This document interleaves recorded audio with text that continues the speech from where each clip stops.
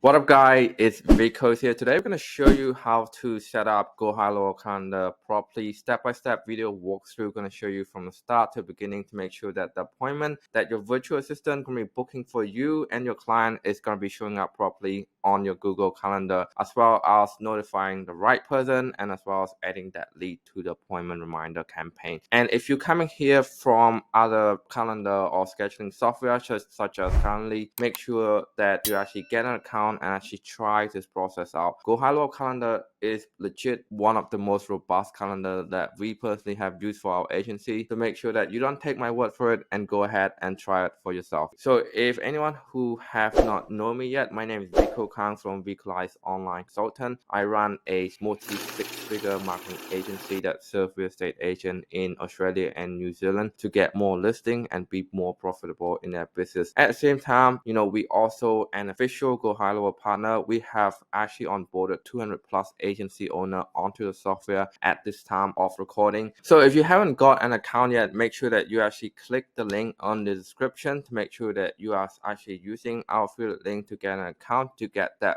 bonus extension when it comes to the free trial. So you're going to get a 30-day free trial when you're actually using our affiliate link.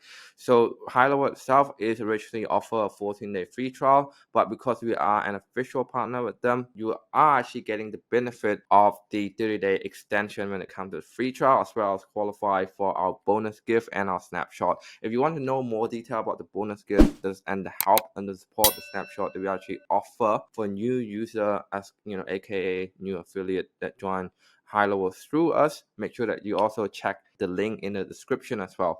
Without further ado, let's get on to the video. Okay, so now we are on the calendar's settings. So this is for you to be able to set up a calendar and start accepting appointments, or people can now have the ability to book a call with you. So it depends on whichever use you wanted it to. So in this case, I have some calendars set up already, but I'm gonna show you how to create a new one. So just click on new calendar. This is gonna pop right here. Just add your calendar name. In this case, I'm gonna use consultation call. And then description, no, I'm not gonna add one.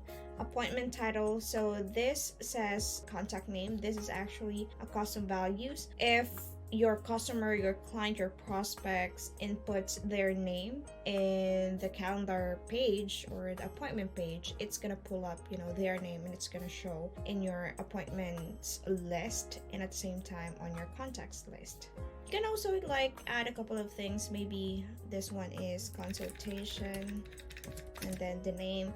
That is if you do have different types of calendars, like you do have a 15 minutes, 20, 30 minutes, that's it. And then meeting location, so if you're using Zoom most of the time, you can include your Zoom link here. Link to calendar, so this is very important so that it actually shows to your Google Calendar. I know most of you are using Google Calendar. If not, then you can select Outlook. We also have an integration for that. In this case, I have my Google account, or I'm using Google Calendar, so I'm gonna select Google, and then I'm just gonna select calendar settings, and then sync option, just to give you a brief explanation of how it differs. So one way, it means that it's not gonna check conflicts on your calendar. It's not gonna read whatever activities that you do have. So regardless if you have a certain event during that time, it's not gonna read it. Instead, it's just gonna add this appointment to that time slot. Unlike with two-way, it reads that if you do have a certain event on that specific time slot, and it means that it's not gonna show up as a free time in your calendar. So in my case, I would recommend that you do two-way, so that you're not gonna be double booked. Make sure that it doesn't overlap some of your important events or appointments during that specific day and time. I don't mind the disable trigger in smart. It's not necessary. It's not being used all the time. Then just click save and continue. Next, this is where you can edit out your appointment slot settings. So in this case, I just wanted a 15 minutes consultation call. So the slot duration would be 15 minutes. The interval, I'm pretty sure this is all self-explanatory. Appointment per slot, of course, I just want to receive one appointment per time period. Appointments per day, most of the time I use it because I don't want to overbook myself. So I just receive, I just wanted to take on like 3 consultation calls per day. Minimum scheduling notice. So this means that those people won't be able to book a call with you not unless it's 1 day prior to the date. So for example, it's June 2nd today. They can't book an appointment with me on this same day because I need a minimum of 1 day or 24 hours in order for me to give them a slot on my calendar. Date range, if you just wanted to appear like a certain available days for your clients. For example, I would like to do 7. So it means that it's just gonna show dates from June 3, 4, 5, 6, 7, 8 until 9th because that's just 7 days. Other than that, they can't book because those are grayed out. Then office hours. This is where you can, edit out the time that you wanted to be available for those consultation call. In this case, it's from 8 a.m. to 5 p.m. for Mondays to Fridays. I can also add specific hours. Like let's say I still wanted to take on calls like from 8 p.m. until 10 p.m. I can do that. You can add hours. You can just click this apply all if you wanted the same time slots to be added to those days, and then just select here the days that you wanted your calendar to open up slots. Just hit save and continue, and then confirmation. So sometimes we wanted to get more information from these people who books an appointment with us. We can actually create or insert or include a form where we can ask them certain questions like other information about their queries, their agenda, all that stuff. Use sticky contact. Sticky contact is like the autofill.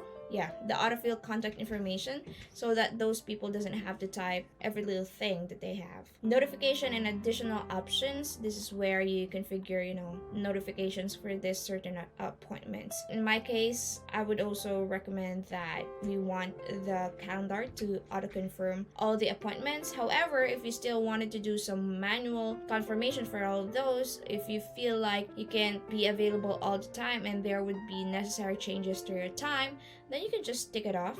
And what's gonna happen is that when you're on your appointments list, you can just manually confirm or not or reschedule those appointments. New appointment alert emails, it's important for you to include your email here so that whenever there's a customer that booked a call with you, you can easily be notified that you're gonna have an upcoming meeting. Allow reschedule, allow cancellation, of course we wanted to include that. Additional notes, this is the default one, but you can also add a couple more things here. What I do sometimes is that I add a couple of blurbs right before this default message. Like I wanted to include my Zoom link as well, aside from having it in the meeting location earlier. And then, just thank you for booking a call, yada yada. If you do not have an email campaign set for that, this is also good so that it's just gonna be in here. Facebook Pixel ID, if you're doing ads and you wanted to retarget these people who books an appointment, that's fine. Custom code. If you want to